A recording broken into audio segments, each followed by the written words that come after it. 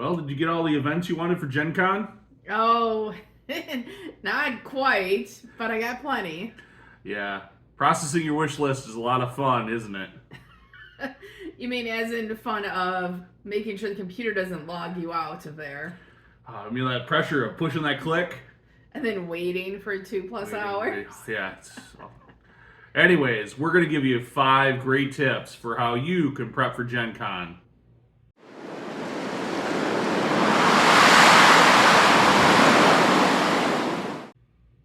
Welcome to Wisco Dice. Hey, yo, folks, I am your host, the Conesy with the Most, and I am joined today by... Hey, I'm Suzanne. And today we're going to talk about our favorite convention every year. We start prepping for this thing well over nearly a year in advance. Oh, yeah. And that is Gen Con in Indianapolis, Indiana, here in the U.S.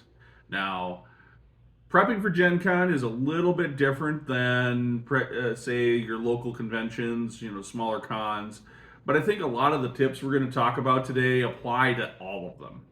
Whether you're looking at a big show like Gen Con or Essen or Origins or PAX or all the others that are on the circuit, or if you're looking at maybe your local convention, maybe something like Gamehole Con, which is here in Madison, or Strong Tower Gamers Convention, which is in Milwaukee, or any number of other little smaller cons. Like I said, I think there's a lot of tips here you can take away that'll really help you out.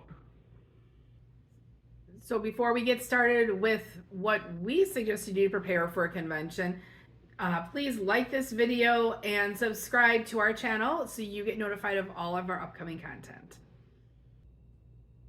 Okay, so one of the things I think that's really important, probably one of the most important things to do before you're going to go to Gen Con or any convention is to know the dates. Know all of the important dates. When do the tickets go on sale? When does event registration open up? When does the hotel blocks open up? If you're planning on running events, when does event submission start? All of these things are incredibly important to know that schedule and to be ready in advance. If you procrastinate on this, if this is something you don't add to your calendar to make sure you're reminded, and you miss an important date, you might not get a decent hotel room, or maybe you don't get that game you really wanted to. Okay, maybe you won't still get that game you wanted to, but if you don't know those dates and you're just sitting there, yeah, sure, I'll just add some stuff when I get around to it. Yeah, you might end up like a lot of people with a 10-mile drive into the convention center every day on the day of the event, particularly with Gen Con. Yeah, or you might not even get a badge. Yeah, there are times where badges have sold out for conventions we've gone to. I think I saw like this year for Gen Con, I think I already saw that the weekend badges are out. Yeah, so make sure you've got those dates in your planner, phone, however you track important events, add this to that. So another thing that you want to do is have a backup plan. So Conesy mentioned, hey, if you might miss hotel registration, even if you don't miss hotel registration, you might not get your first choice. So what are your 3rd, 4th, 10th choices for that? Same with games, just same with kind of like everything, even the day of, having some sort of backup plan for when things don't go how you would like. Hey, so the day is not a total loss. What are you going to do instead? Oh, absolutely. So when it comes to, if you think about, okay, getting registered for the convention, if you're on top of it, you scheduled, you got your convention badge, it's usually pretty easy to do, and there's a little bit of give there. But things like knowing which hotels are your target hotels to stay at when your opportunity in the housing block opens up is really big. Like, what are your top 5, and plan those out in a way that are not just picking the closest ones, like, oh, hey, these 3 are connected to the convention center, I'll just try for those 3. No, you want to have, particularly for Gen Con, know the hotels that are connected to the convention center if that's where you really important want to stay, but then also consider, when you're planning that and getting your backup plan, where is it maybe 1 or 2 other hotels that are in the downtown area, and maybe where one or two other hotels that are within a reasonable drive for you to get into the convention center, either via an Uber or driving in yourself. And if you are driving in yourself, that backup plan might need to include parking as well. Yes, yep. Parking can be a big deal for conventions like Gen Con, where you've got the Gate 10 passes that do sell out, and other places that charge quite a bit for parking and are only open certain days. So And then we joked at the start of this episode about event registration, particularly with Gen Con, but with a lot of conventions, event registration is a first come first serve. As fast as you can click to get those tickets to the events you want, or the faster you can click to process your wish list, the better your chance of probability is of getting the events you want. But I think we got this year. I think I got 10% of the events that were in my wish list when I processed, and you were probably closer to 20%. 20%. Yeah. I mean, I did not expect to get them all. No. And that's Games what it will was. get added later. Games will start to open up as people maybe realize, much like we did, things got double booked. So even the tickets we did get, we ended up having to refund some of them. So they do open up and come back in, but plan your wish list, get it processed right away, but then expect that you're going to have to go back in to maybe pick up some additional event tickets and whatnot for events that you're interested in, that are going to be secondary events. Don't just plan that, oh hey, my plan for the day is going to be sitting on the con floor. Yeah. I mean, maybe that appeals to you though. I mean, If my that's what wallet appeals to you. would be broke the first day if all I did was sit on the con floor. So Which brings us to our third topic. Our third suggestion is to set your budget. So yes. be prepared that, like most touristy spots, the conventions, everything is more expensive than you would normally expect other places for your food, just beverages at the convention, and then you're going to want to spend if you want to purchase anything, whether it's souvenirs or games. And don't forget, you gotta have to pay for your hotel when you're done with it. So, there's a big chunk of money there too. So, yeah, definitely set your budget, do your best to stick to it, and it'd be a little bit less pressure that way for you. Yeah, absolutely. So, and it is a classic, I think, thing that a lot of people forget is to budget appropriately. We've not been very good at it the last couple of years. We try. But yes, the hotel, you make sure that you've got that kind of set aside. That's an easier one to budget because it's an upfront cost about. But food is definitely something that comes up, and it's very easily going to rack up. For a pair like us, it's very easy to rack up $400 or $500 if we're going to plan on eating out for the entire convention. Of course, you can mitigate some of that, and usually with conventions, things like water are available at various spots, so you can bring a water bottle or something like that to help kind of supplement those costs. But if go back to your planning, and your backup plans, when you're looking at hotels, if you're gonna bring food and maybe eat breakfast and maybe pack sandwiches for lunch, not only do you have to budget, but make sure you get rooms with a fridge or whatever. Yeah.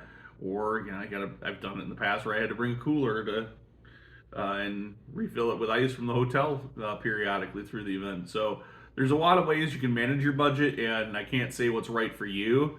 But for us, I generally think we're going to spend probably upwards of $3,000 to $4,000 for Gen Con itself. That's by the time we're done with hotel, eating out, board games, travel expenses. So it's that's not everybody. Obviously, that's not everybody's budget, but that's we kind of go all out. It's a pretty big vacation for us. Yeah. So once we got our budget set, what should we do next, Conesy?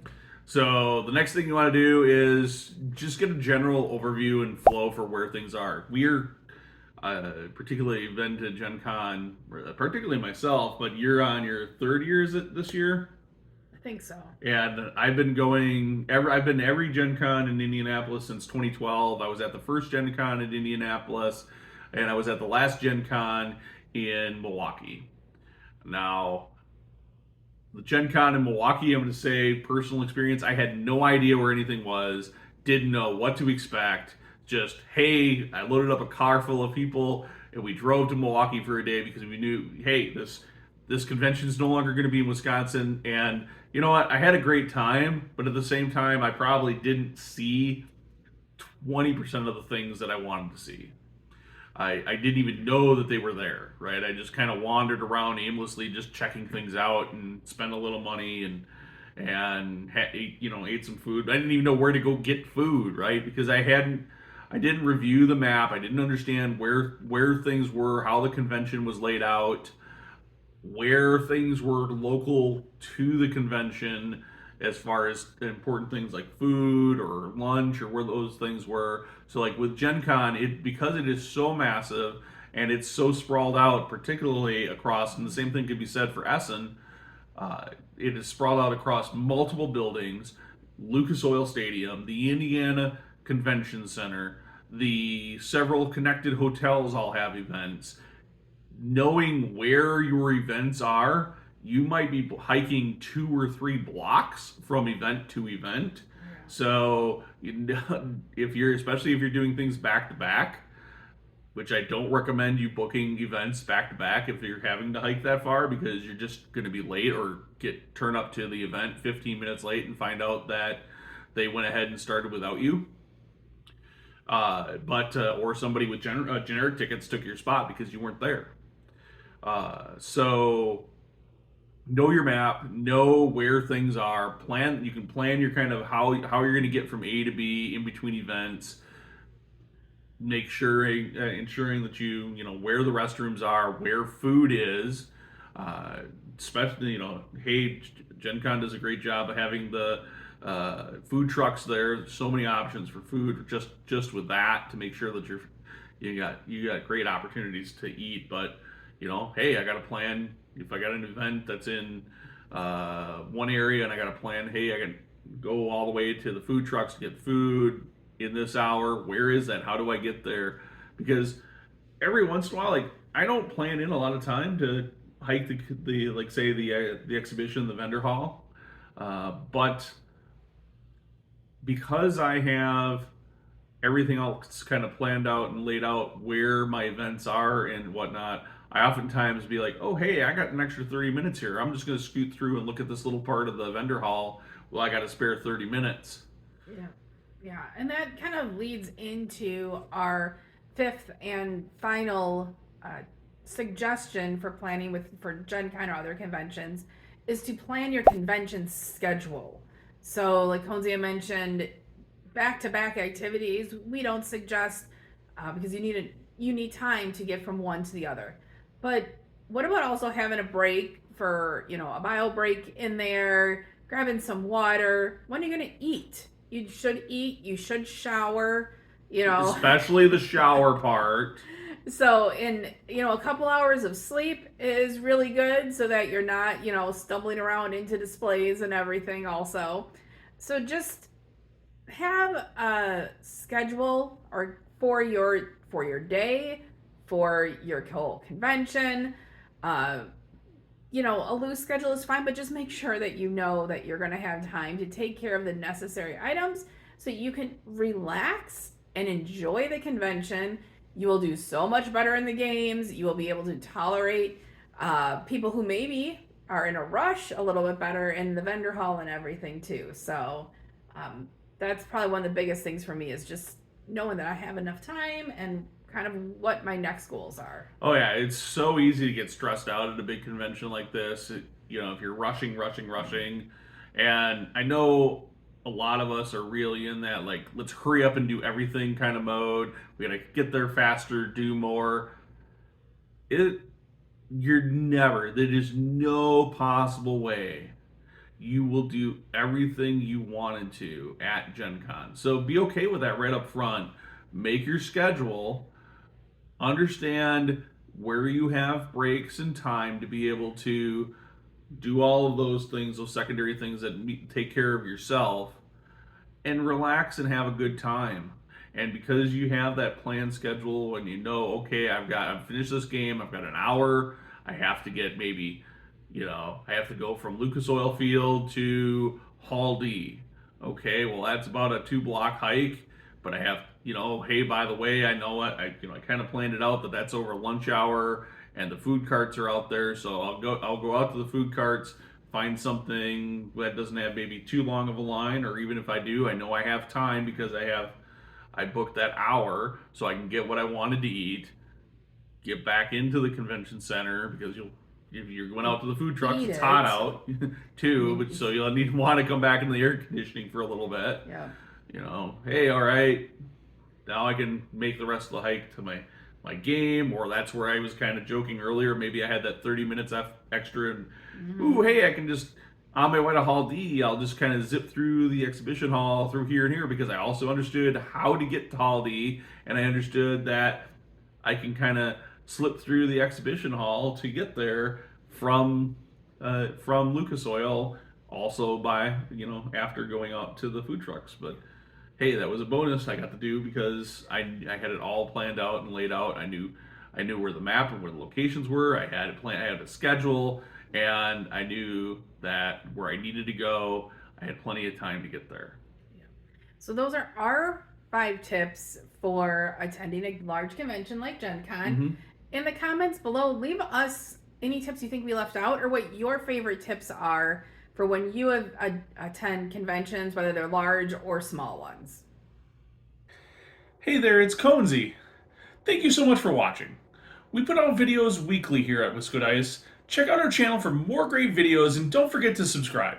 We also have more great content on our website at wiscodice.com. Of course, we do this all for you, the viewers. So please like the video if you enjoyed it, and thanks for watching.